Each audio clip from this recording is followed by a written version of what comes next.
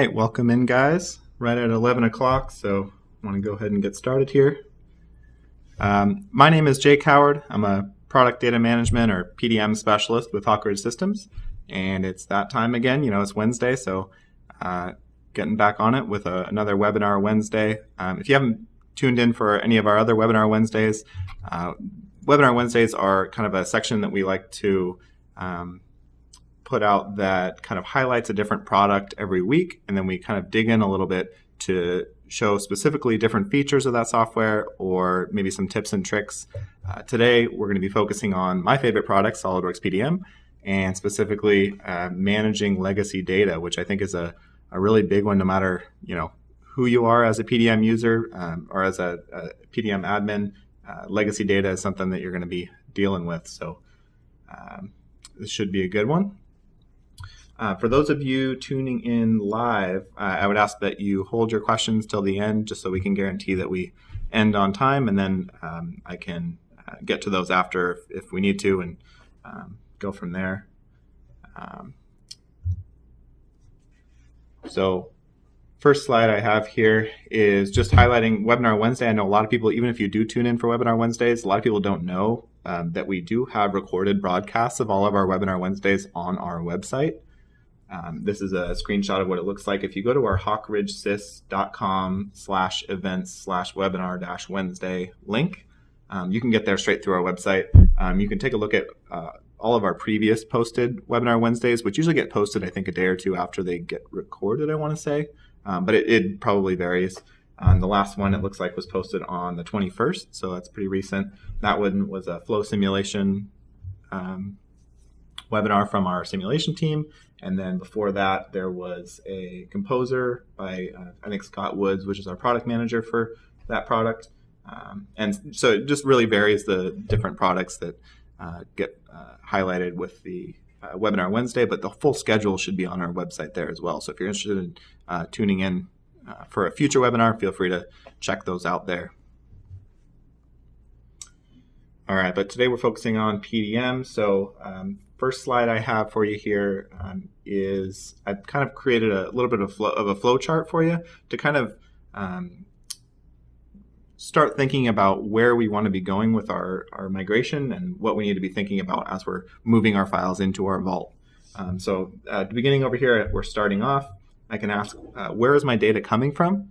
It's a really good first question to ask. If your data is coming from another PDM system, I highly recommend that you get in contact with our services team, and we can kind of point you in the right direction for how that migration might go. Most common type of other PDM software that we see coming from is obviously our old, or maybe not obviously, our workgroup PDM software, which is our kind of legacy PDM software that's actually being discontinued or not being put out anymore as of the end of 2017. So there will no longer be a workgroup 2018. And that's kind of a big driver for a lot of customers moving over to the new software, either SOLIDWORKS PDM Standard or PDM Pro. And we can definitely help with that process to kind of smooth that out. So if you are coming from another PDM system, definitely check in with our services team, and I'll give you a link to that towards the end of the presentation.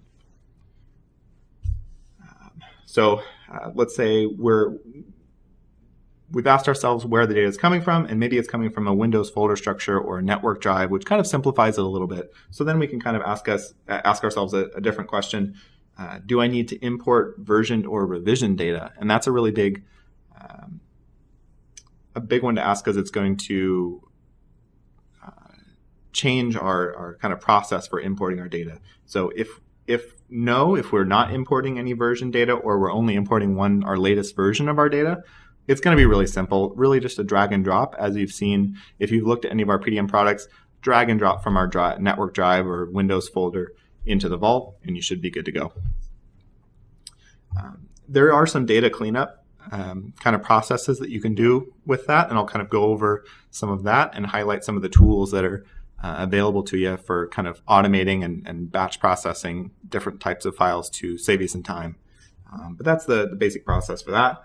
And if we are going to be importing version or revision data, we may ask, do older versions already exist in the vault? And that kind of complicates things a little bit. Maybe you have a version in the vault that already exists and you're bringing in data that you want to save over the top to create a new version of that file.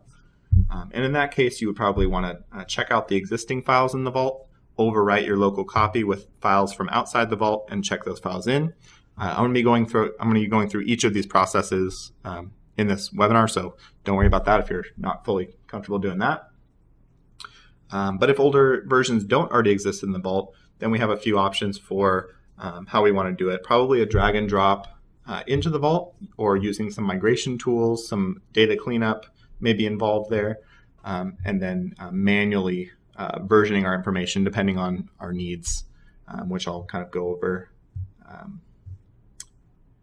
here in this presentation as well. All right, so data migration game plan. The first thing we want to be thinking about with this is the data cleanup portion, which is going to be the, like I like to say, it's no one's favorite part of migrating data into the vault. It's going to be tough if you have broken references, or you haven't been really diligent with keeping track of your custom property information, that kind of thing.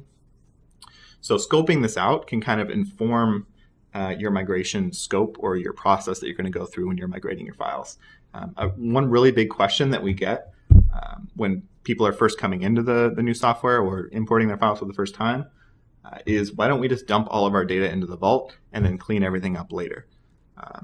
And a big reason why we don't recommend this is because as soon as you add files into the vault, a lot of things start happening, kind of automated processes, such as PDM pulling all of the references from that file into the vault. And if you're not pulling in the correct references, then PDM is not going to work to its fullest capacity. I like to say bad data in, bad data out. So you definitely want to make sure that you're coming in with a clean slate. All your references are working as intended, and everything comes in a clean way. So I'll kind of go over some cleanup capabilities of the system as we go through. And then based on that, kind of creating a time estimate for yourself, something realistic. So how many hours will it take me to clean up this data? And that totally depends on how diligent you've been with making sure your file references are working and you're not breaking references. And then the complexity and size of your data. And then once we have kind of a general idea of the scope of or the amount of hours it's going to take us to clean up the data, we can start looking at the scope of how much data we're going to be bringing into our vault. So you can take a look at what do you need to migrate. And I've kind of color-coded these a little bit. So in green, we have some companies. These are kind of the options that I've seen a lot of companies go with, and it kind of varies depending on your data and your needs.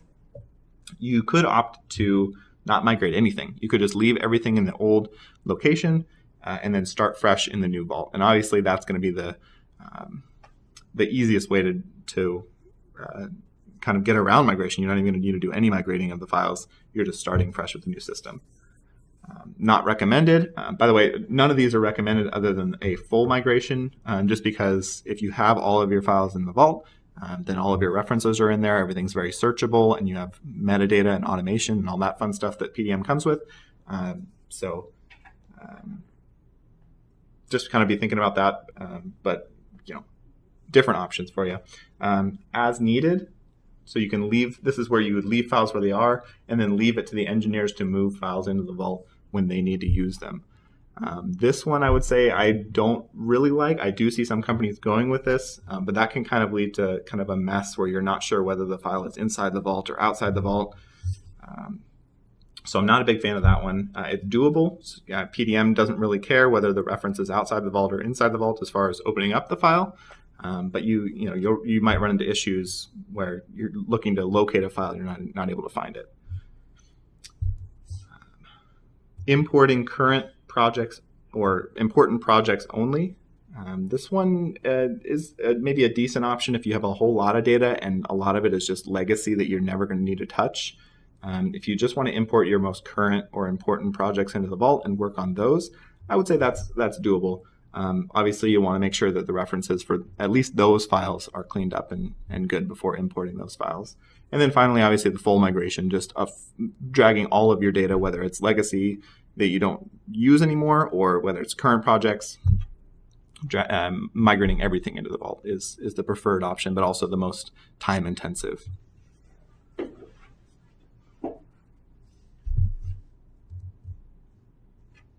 All right, so I was kind of alluding to this earlier. The biggest piece of data cleanup and maybe potentially the biggest headache for you as an admin coming into the new system is cleaning up file references.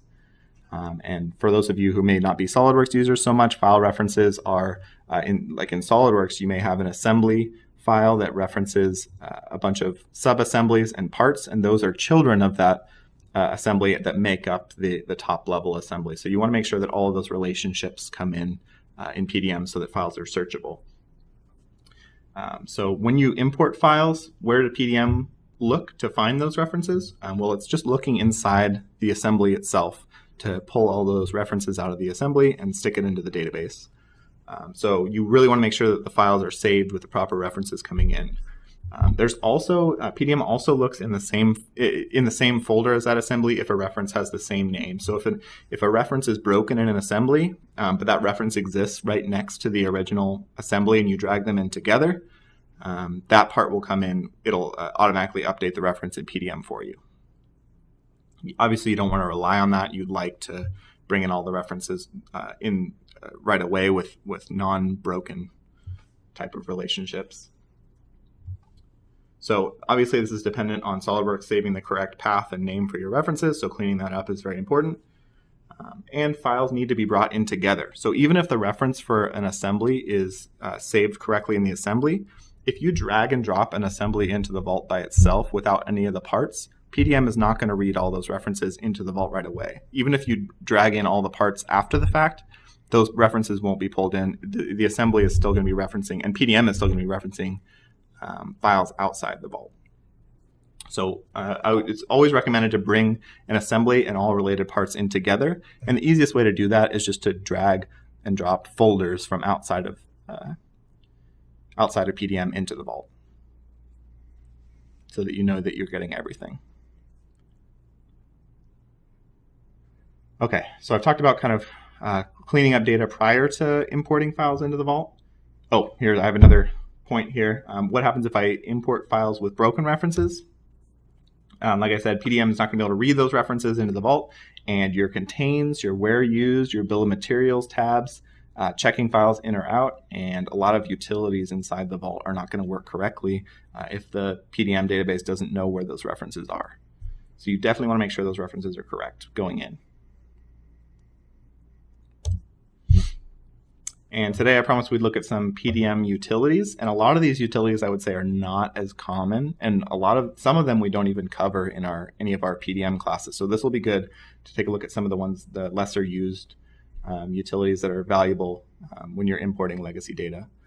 First one we're going to look at is the set revision tool, which is for synchronizing our PDM revision counter, so the back end, what PDM thinks the revision is, with the custom property of your revision in your files. So if you do have a custom property of revision in your assembly files, your drawing files, your part files, that'll be good. I'll show how to do that with set revision. Move tree. This one is, I think a lot of people know about. We do cover this one in our classes, but it also has it's kind of a multi-tool. So it has some other uses other than just moving files and file references into the same folder. There's a lot of really good renaming capabilities in there as well, so I'll show that off. Updating references, or update references as the tool is called, and this manually updates the contains, bill of materials, and where used tabs in PDM. So if PDM thinks an assembly is looking for a reference in one folder, you can manually repoint that assembly to another location in PDM.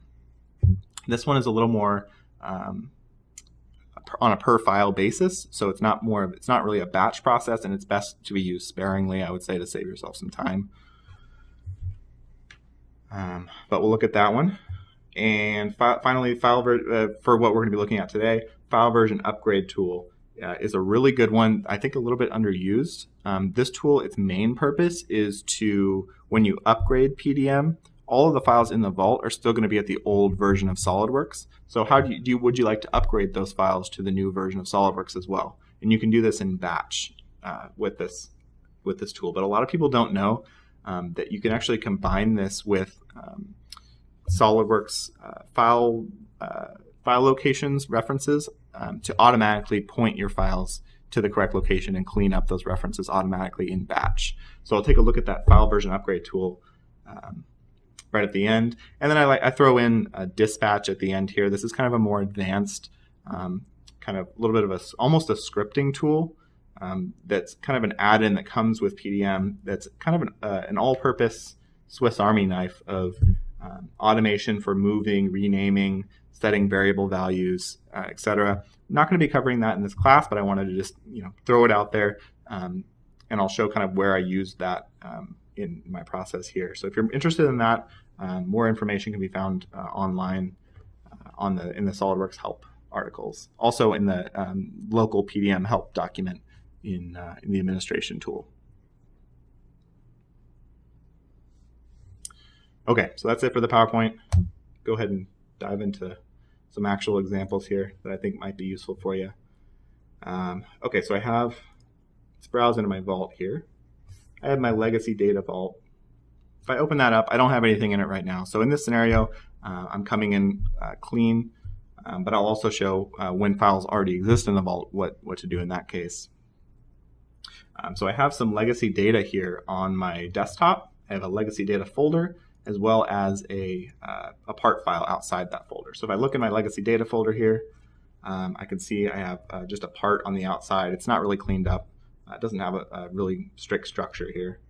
Browse into my assembly folder, so all of my top level assembly here, the 16-HRS gripper assembly, a bunch of sub-assemblies, and then in this linear actuator parts folder, I have all the parts that are inside that assembly. And these are all named descriptively. So in this case, 16-end cap and end cap 2 kind of gives out, when you're outside the vault, that gives the engineer a clue as to what that file is. But if you've worked in PDM at all, you'll know that descriptive names are not really necessary inside PDM. With data cards, you can maintain all of that information in the description custom property of the file or any other field that you want to build. So we don't really need these descriptive names once we're inside PDM, and I'll kind of go over different ways to rename those files automatically to kind of conform to best practice inside the vault. Okay, so let's go about importing our legacy data here. I have my vault folder, this legacy data folder, and I have my folder outside the vault, this legacy data on my desktop. If I were to just drag in this assembly from outside the vault, I can do that. That's not a problem. So I dragged it in. Oh, it's gonna try to preview there. Dragged it in. I'll go ahead and check in that file. And you can see as soon as I check it in, PDM is recognizing that those references are outside the vault. But I'll just check it in for now. And if I did do that, if I brought in the assembly by itself without any of the parts, if I look at the contains and where used tabs, it's not going to bring in any of those references there. So files are not findable if they're outside of the vault. Even if I were to bring an assembly into the vault at this point, let's bring in one of those sub-assemblies and check that in.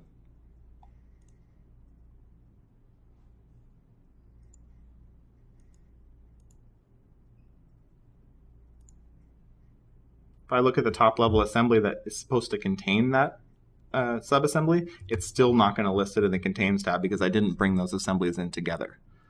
So what I'm going to want to do, I'm actually going to delete these assemblies out of my vault.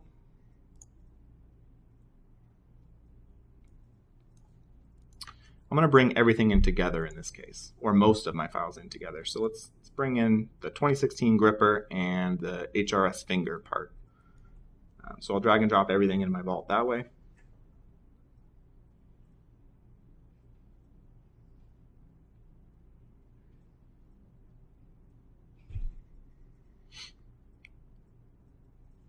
All right, great. So those have been copied into the vault. I'll go ahead and check them in for the first time so that everyone can, all of the users can see it, or that it's been added to the vault. you can see that it's bringing in all those references automatically. It's not saying outside of the vault, so it's recognizing those. That looks good.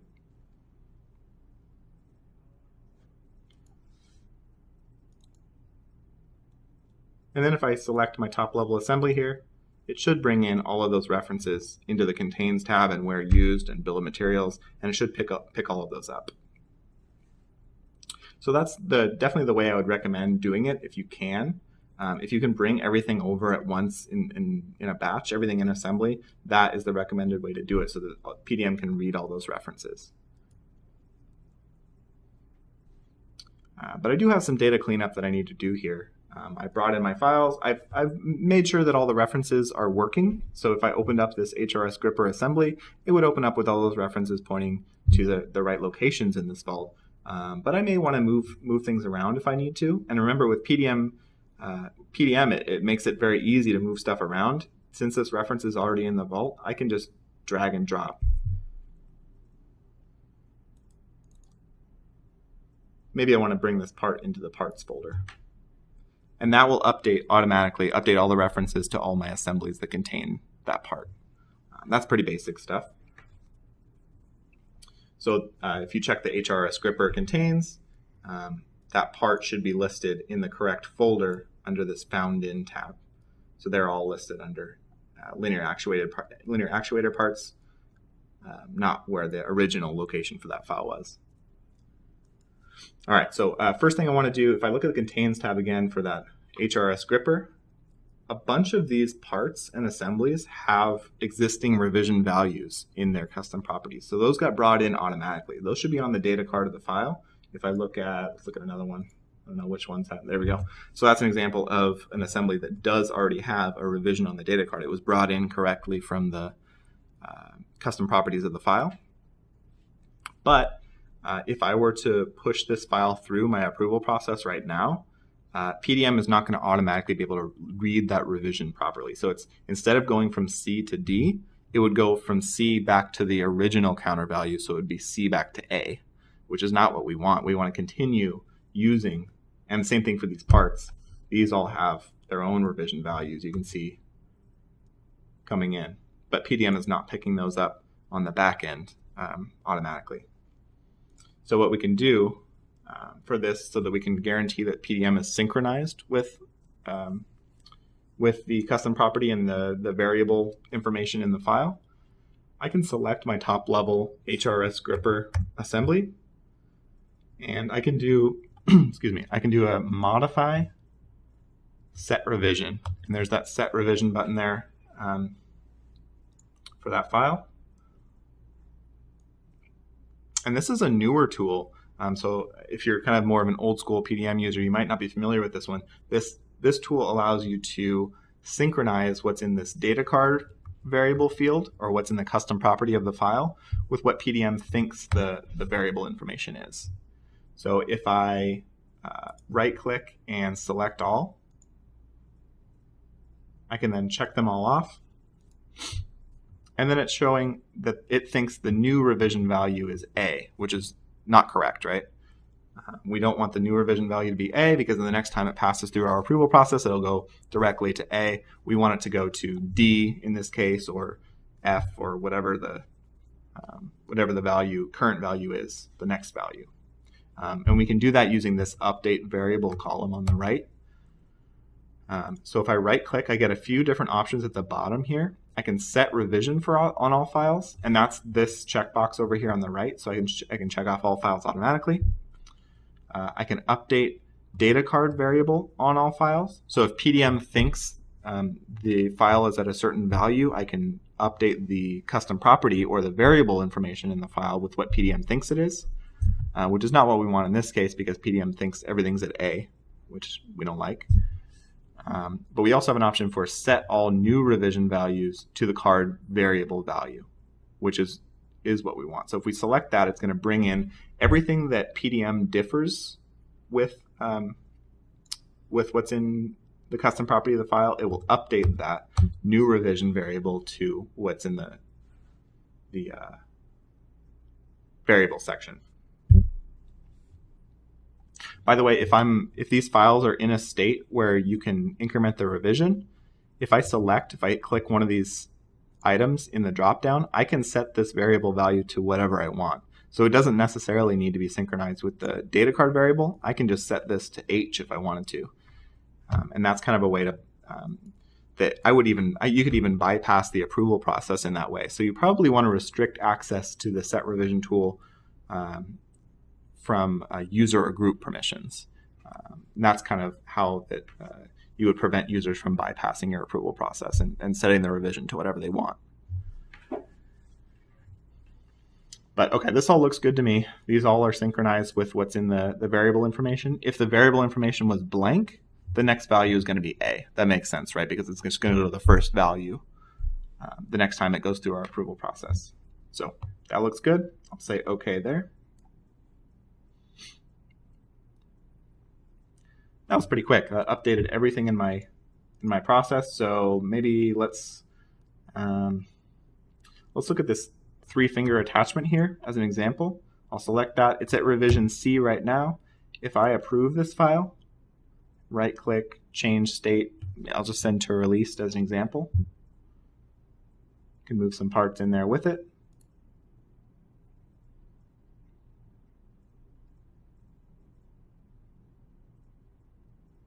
That will now go from C to D, so that's correct. So all the files that are migrated in with all of the existing revision values went to the next value rather than going to A if they already had one in there. So set revision tool is definitely a powerful one if you're looking to bring in files with existing revision values. Definitely want to take a look at that one. If you're using our services to import and migrate from another PDM system, you may not have to do that. That may be taken care of for you. So I would ask your implementer or our services team, in your case, whether you might need to do that. Answer is probably going to be no, but it's good to take a look at that. All right, so we set our revision values. So that looks good, but there's a problem with my references here. So if I select my HRS gripper assembly and look at the Contains tab, what am I looking for here? I'm looking for push arm. So I have this 16-push arm that was imported as a reference into the vault, and that just exists in my linear actuator parts folder. What I actually want is I have this push arm part on my desktop now. This push arm -B, which is the second revision of my model that I didn't import right away with the assembly, and that's okay. We can bring that in.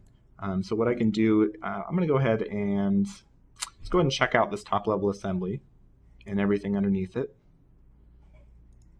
I can use this second checkbox, which is the if you right-click anywhere in here, you can say Show Reference Selection Controls. And that gives you kind of more fine-grained control over selecting sub-assemblies and related parts. So I kind of like having that one checked just to give me more control over what I'm selecting for checking in and checking out. Just kind of a side tip there. But I've selected everything for checkout, so I'll check everything out. So that looks good. I have access to this. And now what I can do, I selected my top level assembly, and now I can do a tools, and at the bottom there's this hidden update references option there. Not really hidden, but I don't see it used too often. So I'll select that, and that'll bring up the tree of that assembly that I have selected. So you can see if I scroll down to push arm, this push arm -SLDPRT, it's already the version that the assembly has referenced is living in the vault right now. It's C legacy data in the gripper folder, linear actuator parts, push arm. What I'm going to do is I'm going to replace that reference with a part outside the vault that's sitting on my desktop. So if I select that push arm, I have options for just replacing the file, which I'm going to be doing here, just selecting a file to replace that reference with. I can also find files, and here I can look anywhere in my vault and search for files with the same file name. In this case, that's not that helpful because it's outside the vault already, so I'll stay away from that one. But I'll select replace for now. Look at my desktop, and I'll double click that push arm -B. it'll update me and say that file was successfully replaced. And you can see now that push arm part that was in the references of that assembly is now replaced with the push arm -B from my desktop. I also have options now that I've replaced that file with a file outside the vault. I have this add files to vault option. So if I select that, I can select a folder to move that push arm B into inside the vault. So I'm going to select the gripper folder, add that push arm B. If I was adding multiple files, those would show up here. And now it's copying that push arm B into the vault and updating that reference, or leaving the reference as it was. So I'll hit update, and that closes the update references folder. So now you can see this linear actuator short assembly has been updated with a change. So I'll go ahead and check in this HRS gripper assembly that has that linear actuator assembly in there.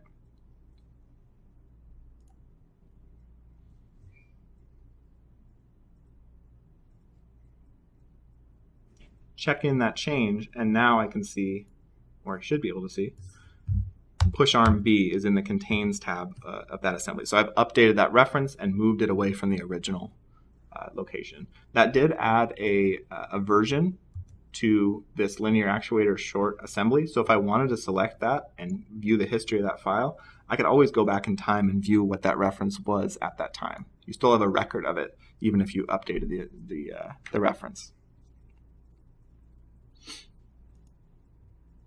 So that's kind of a handy one.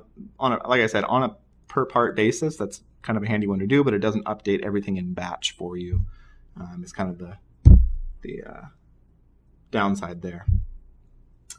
I'll be showing some more batch processes here in a second. So I have my, like I mentioned, I have kind of a description. Maybe I'll move this part into the linear actuator parts folder. Now that everything's checked in, I can do that, and it will update all my references for me inside the vault. But I have these named, the 16-linear actuator short, kind of a descriptive name. What I actually did before this presentation is I went in and I had the system copy the file name minus the 16 dash and the extension, copied it into the description of each of my files. So now the custom property for description of all of my files in here have that descriptive name. Same for all my parts. So I don't really need the file name to contain the description anymore.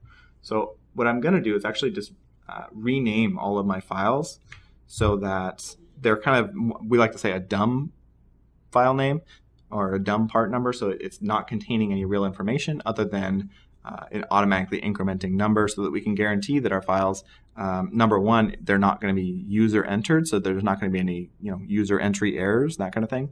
And then also, you can guarantee that the part numbers are going to be different for every file in the vault. You don't want to have duplicate file numbers in the vault. That's kind of a no-no. So what I can do is I'll go ahead and I'll check out the top-level assembly. Or no, I'm going to leave the top-level assembly is checked in. I'm going to select it, and you might be familiar with this tool under Tools, Move Tree. This one, I always like to show if I'm, going through the software with anyone, but I don't see it used a whole lot in production. But it does have some other uses other than moving files to other locations. There's these options up here for adding prefixes, adding suffixes, renaming those files with serial number, which we're going to be doing, and then or just replacing certain strings in the file with something else. So that's a good one.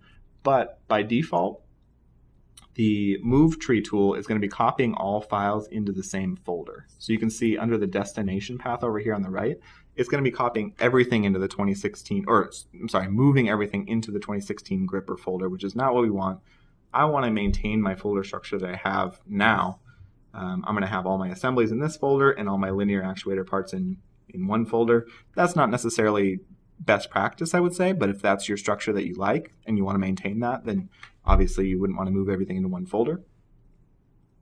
So what we can do is actually select this Preserve Relative Paths option up here. And if I select that, you can see what it does to the destination folder path here on the right. You can see that it copies the folder structure as it is into the destination path. So this doesn't make any sense right now. C legacy data, 2016 gripper, 2016 gripper, linear actuator parts, so it creates a copy of that folder structure in the path. So that's cool, but it doesn't really help us that much because we don't want to create copies of duplicates of these folders. So what we can do is up here in this default destination path, I'm gonna drop this down to just the root folder path, legacy data. And now you can see that it's updating all of these destination paths to be the existing path where they are. So it's regardless of what folder it is, it's just right now it's just gonna leave the files where they are. It's not even moving them. So that's not that helpful. So we'll want to combine that with this rename with serial number option, or you can do any of these add prefix, add suffix, replacing file name kind of stuff. But for our purposes, renaming with serial number is fine. So I'll select that option, and I'm going to rename both my assemblies and parts in this structure with my part number, serial number that I've already created in my vault. So I'll say OK there. Everything will go yellow, and you can indicate, and you can check over here on the right what the new file names are going to be. So you can see that they're being renamed with an automatically incrementing part number, taking away those smart part names and throwing in dumb part names. So you can kind of eliminate that user error portion of file name entry. But because I have this preserve relative file path selected, I'm leaving everything in the same place. By default, it's going to ignore these toolbox parts that exist, which is probably what you want. Maybe you don't want to rename the toolbox parts to something else, just want to leave them where they are. That's fine. So I'll say move, select the move button there. And that should not move them, but rename them in place so that it's updating all of those file names and all the references stay as they were. Or I guess updating those references to the new file name. Pretty quick that's a decent number of files, I would say. And here you can see those were now renamed, but they've remained in their original location. This push arm part, remember I renamed that, or I moved that reference, so that's no longer being referenced with the assembly. So if I wanted to, if I didn't need it anymore, I can delete it or move it to like an archive folder or something. So I'll delete that out, that's fine. But everything else was renamed with the new serial number. But you can see with this description field that I can use the description as kind of an indicator of what that part is, or I can take a look at the preview of the file if I was really interested in, specific geometry or that kind of thing. So that's kind of another use for the move tree tool that I haven't seen used too much, but it's kind of handy for renaming files in batch.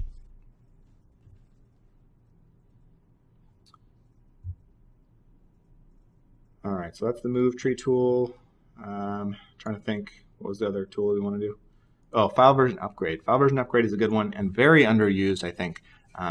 So when you're going through and updating all of the references for your files, maybe you have some broken references that exist in the vault that you missed after you've imported all your files into the vault.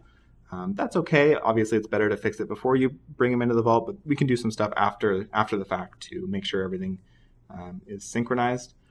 Within SOLIDWORKS, maybe I'll open SOLIDWORKS up. It's going to take a second to start because my computer's slow. But within SOLIDWORKS, if you've never checked out the system options under file references section, this is a really good one, specifically related to PDM that I think is helpful. So if I go to my system options, file locations, and then select the drop down for reference documents, this is the location that SOLIDWORKS is going to be looking for files if it can't find the original reference. So this is a good one for different batch processes. So in order to save the proper reference in the assembly, you're going to need to check it out, open it up, point it to the correct reference, resave it, check it back in, and then PDM should recognize that new reference is kind of the process for updating the reference. So if you have a whole bunch of files, or maybe you moved a whole folder into the vault and you want to repoint all of your files to that new folder location, you can always add that new folder location in the vault. By the way, you should always be logged in as admin when you're doing the initial import and that kind of thing, so you can eliminate any kind of permission errors. It's always good to log in as admin. So maybe I'm going to select my legacy data folder here. And I'm going to select my linear actuator parts folder to tell SOLIDWORKS to look to this folder. If I had any broken references, it would repoint them automatically to this folder. One thing with this folder that you want to be aware of is it doesn't take into account subfolders.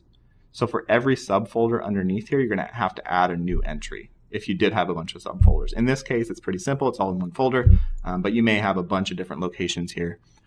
Also, keep in mind, after the import, you probably want to, or after the reference change, you probably want to remove these from the reference documents location, because that's going to be slowing down SOLIDWORKS a little bit when you're opening your files, because it's going to be looking at all those locations for the file reference by default. But I'll put that one in there just as an example. I'm going to be fixing all of the references for my files in batch to repoint to that location if the reference was broken. So I'll say OK there. It's asking me, would I like to make changes to my search paths? You don't have to. I'm going to say no. Just wanted my reference documents folder or location. And now what I can do is I'm going to be running the file version upgrade tool, which if you've never heard of this one before, this is a tool that allows you to, in batch, for files in your vault only, allows you to tell it to check the file out, rebuild it, save it, and check it back in. And this will open it up in the later or whatever version of SOLIDWORKS you want. So if you want to open it up in the latest version of SOLIDWORKS and upgrade that file or update that file to 2017 or 2016 or whatever your latest version happens to be that you have installed, it'll automatically update all of your files into the vault to that version. But it will also take into account those reference documents location that I added earlier. So it will automatically repoint, SOLIDWORKS automatically repoint all those references to that folder if the reference is broken. And this tool, the file version upgrade tool, is available with the installation files at PDM, but it's not installed by default. So I've already installed it here, so you can see it in my list. You won't have it installed by default with any new PDM installation, but if you look in the installation files under the SW client file version or SW client support folder, there's a file version upgrade installer, and that's listed in our, if you're more interested in the installation part of that, the installation process is listed in our help documents on our support page on hawkridgesys.com. So you can always go there. If you're looking for any kind of technical support or upgrade support, want PDFs documenting different processes, definitely take a look at our website. You can save yourself a lot of time there. But I'll open up the file version upgrade tool that I have installed. This tool is really nice. If you've ever used the SOLIDWORKS task scheduler before, it's similar, but much more powerful and robust for files in the vault. You can say, I want to execute this opening and saving on this only on this machine if I want, or you can split it out to multiple machines. So maybe if you have 10 machines that can do the upgrade, you can save yourself a whole lot of time. Maybe just running it overnight would be good enough for all files in the vault. Which version of SOLIDWORKS would you like to use for the upgrade? If you have multiple versions installed, then you can use those, but I'm going to use 2017. I'm going to pick my legacy vault, obviously. Here it allows you to be specific about which files you're going to be upgrading. So which folder do I want to look in? I'm just going to look in the root folder, and this does look at all subfolders if you have that option selected. I can only upgrade files in certain states if I want to, so maybe only for files that have been approved already. I could do that. Or I can look for variables in that file's properties for the upgrade. But I'm just going to upgrade everything. That's fine. And you can also select different types of SOLIDWORKS files to upgrade. Obviously, there's no need to upgrade like other CAD file types or that kind of thing. That would be a process for that program. So I'll say next there. It's going to list all of the files that meet that criteria, and I can pick individually which ones I want to upgrade. I'll just say all of them is fine. Really, well, maybe I only want to select my assemblies in this case. So I can right-click, select all, deselect, and then select just my assemblies, because the assemblies are the ones that are going to be storing the reference information. So maybe my parts don't really make a whole lot of sense in this case. So I'll select my assemblies.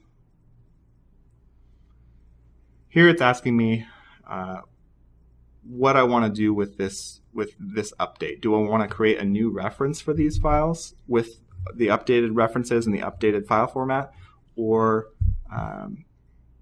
do I want to overwrite the existing versions of files and not create new versions? Probably most of the time, to be safe, I recommend saying new versions of files is fine.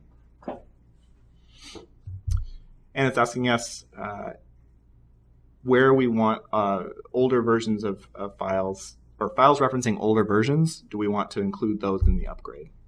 And do we want them to be relinked to the new version of files that have been upgraded? So I'm going to exclude files that are referencing older versions. I don't even want to mess with those. But you could if you wanted to. You could play with that one. And then updating revision. Do I want to move the revision? Probably not. I'm going to say do not update revision. I'm going to keep it the same.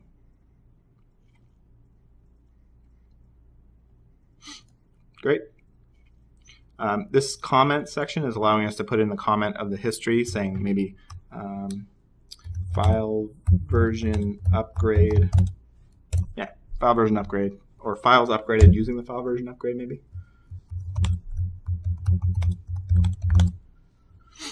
Tool. Whatever you want in there is fine. Where you want to save the log file. So if there are any errors with the upgrades, where do you want that log file to be saved? I'm just going to save it into my vault. It's fine. And then we get some options for different cases. Do I want to do a complete rebuild, Control Q on files? So that's good for like sheet metal parts, interference detection kind of stuff. I know that catches. Ignore files containing missing references. No, because we're going to have SOLIDWORKS repoint those for us. I do want to process files already in the target format. So these files are already 2017 files, but I still want to open and rebuild them. If I'd like to divide the work into different computers, I could do that. Or activate all configurations before saving. You may or may not want to do that. I'm going to leave that off for now. And then I can click continue to. Oh, I have SOLIDWORKS open. I have to have SOLIDWORKS closed. Oh, come on. There we go. So that will automatically open SOLIDWORKS in the background, open each of those assemblies, rebuild, save, and check them in, which should update any of the references that were broken into the new location that I have pointed in that file location section. So that's a really good way to repoint files in batch. Usually I like to say give it a few seconds per assembly, just in case. And that'll go through and update all those files. So minimize that while that's working. So that's the kind of the process for importing files, repointing references, renaming files, and then kind of some batch processing for doing that all at once if you wanted to. Usually I recommend running that file version upgrade tool maybe just on smaller batches of files rather than over the entire vault, just in case there's any errors, you can fix them rather than going through the whole I don't know how long the process would be depending on how many files you have. 6-hour long process maybe, and then finding out there were some errors in there. Better to work with smaller batches of files in that case, I think.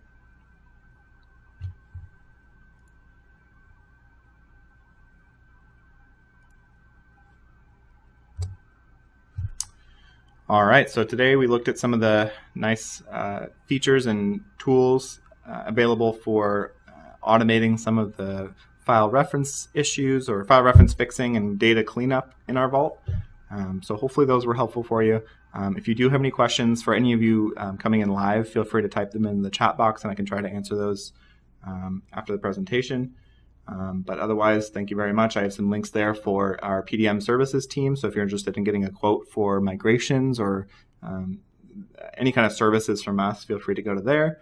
Our Hawkware team over on the right is a great resource for any kind of automation or process that PDM maybe can't do.